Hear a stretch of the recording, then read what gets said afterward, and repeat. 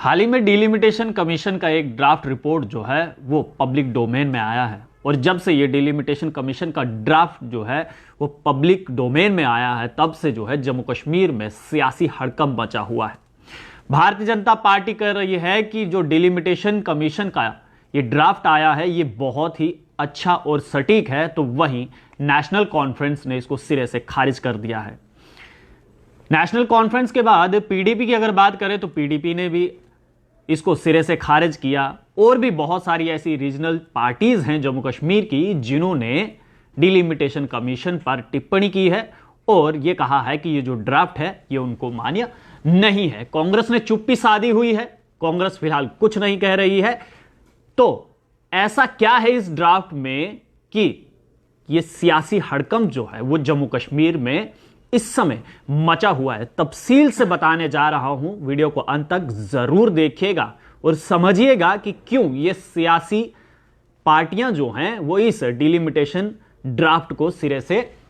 खारिज कर रही हैं। तो सबसे पहले मैं आपको यह बताना चाहूंगा कि जब डिलिमिटेशन की प्रक्रिया शुरू की गई थी उस प्रक्रिया के लिए जम्मू कश्मीर के 5 सांसद यानी कि एमपी जो है वो चुने गए थे। 3 श्रीनगर से और 2 जम्मू से, जिसमें डॉक्टर फारूक अब्दुल्ला, अकबर लोन और हसनैन मकसूदी, ये 3 नेशनल कॉन्फ्रेंस के मेंबर पार्लियामेंट और भारतीय जनता पार्टी की तरफ से डॉक्टर जितेंद्र सिंह और जुगल किशोर शर्मा थे। डिलिमिटेशन कमीशन की प्रक्रिया जब शुरू हुई तमाम लोगों ने इसका स्वागत किया और यह कहा कि जिस प्रकार से जानकारी डिलिमिटेशन कमीशन को दी जाएगी उस तरीके से जो है डिलिमिटेशन कमीशन जो है वो फैसला लेगा। अब आते हैं कि इस डिलिमिटेशन ड्राफ्ट को रिजेक्ट क्यों किया गया है, क्यों एनसी पीडीपी जो है वो इस पर टिप्पणी कर रही हैं और पीएजीडी यानी कि people alliance for Gupkar declaration द्वारा जो है इसको सिरे से खारिज किया गया है। क्यों खारिज किया गया है, हमने कुछ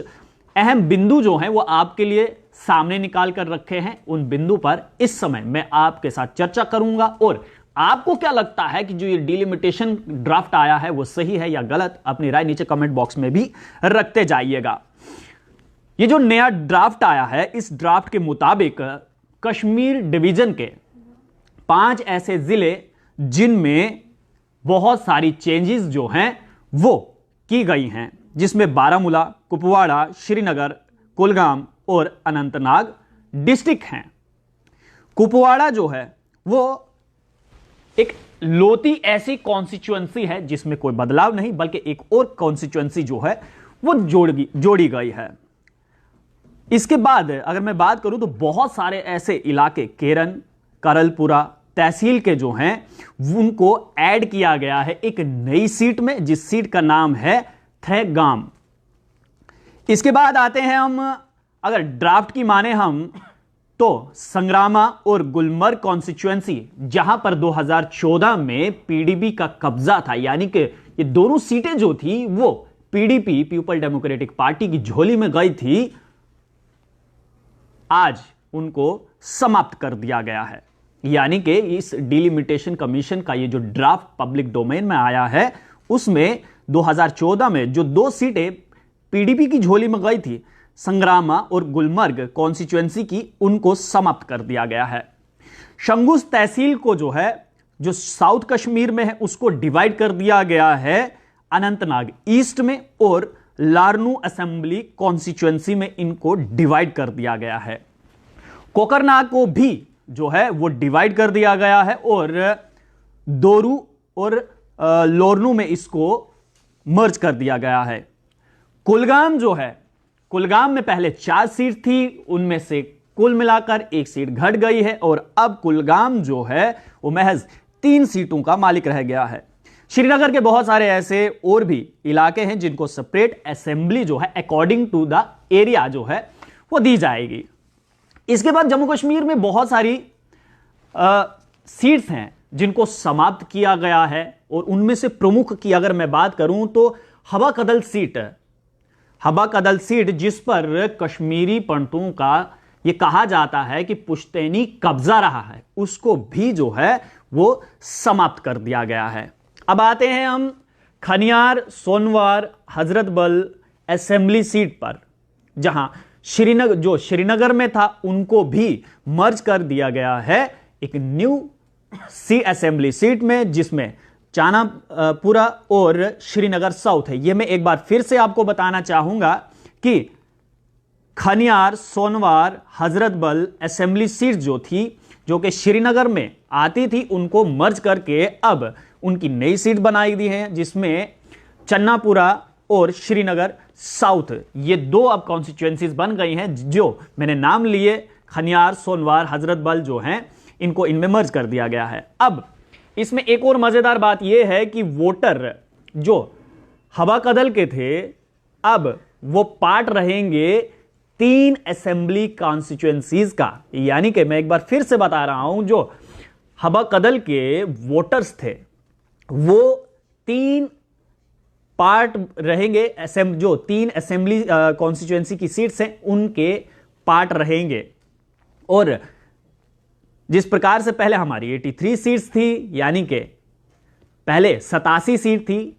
लद्दाख अलग हो गया, अलग कॉन्स्टिट्यूएंसी बन गया, ले लद्दाख 4 सीट्स कम हो गई, तो कुल मिलाकर हमारे पास 83 यानी कि 83 सीट्स थी, 7 सीट्स बढ़नी थी, तो कुल मिलाकर इस समय टोटल सीट जो हैं वो 90 हुई हैं, जिसमें से 6 जम्मू संभाग में मिली है और 1 सीट जो है वो कश्मीर संभाग में मिली है। अब सबसे अहम और महत्वपूर्ण बात, 7 सीट जो हैं वो एससीज के लिए रिजर्व कर दी गई हैं, यानी कि शेड्यूल कास्ट के लिए जो हैं वो 7 सीट रखी गई हैं, और 9 सीट जो हैं वो एसटी के लिए यानी कि शेड्यूल ट्राइब्स के लिए रखी गई हैं। ऑफिशियल ने अपनी रिपोर्ट तो सामने रखी, ये जो ड्राफ्ट है ये सामने रखा है, लेकिन उसके बाद से सियासी हड़कंप जो है जम्मू कश्मीर में मच चुका है। अब इस ड्राफ्ट पर अपने अपने व्यूज रखने के लिए ऑफिशियल्स ने 14 फरवरी तक जो है वो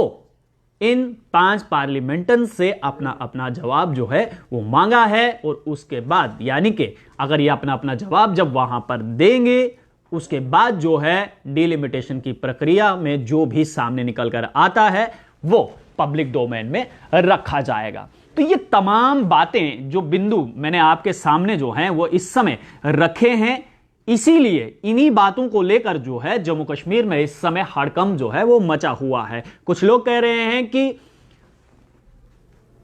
डिलिमिटेशन कमीशन का ये जो ड्राफ्ट सामने आया है ये बहुत ही अच्छा है, लेकिन कुछ लोग ये कह रहे हैं कि जो डिलिमिटेशन की ये जो प्रक्रिया हुई उसके बाद ये जो ड्राफ्ट सामने आया, ये ड्राफ्ट बिल्कुल गलत है, इससे हम लोग सहमत नहीं हैं। भारतीय जनता पार्टी पर तंज कसते हुए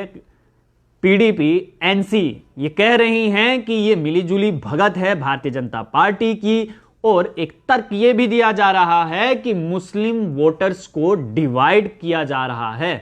अब इसमें भी हिंदू मुसलमान वाली राजनीति जो है वो घुसेड़ दी गई है, क्योंकि पुंछ का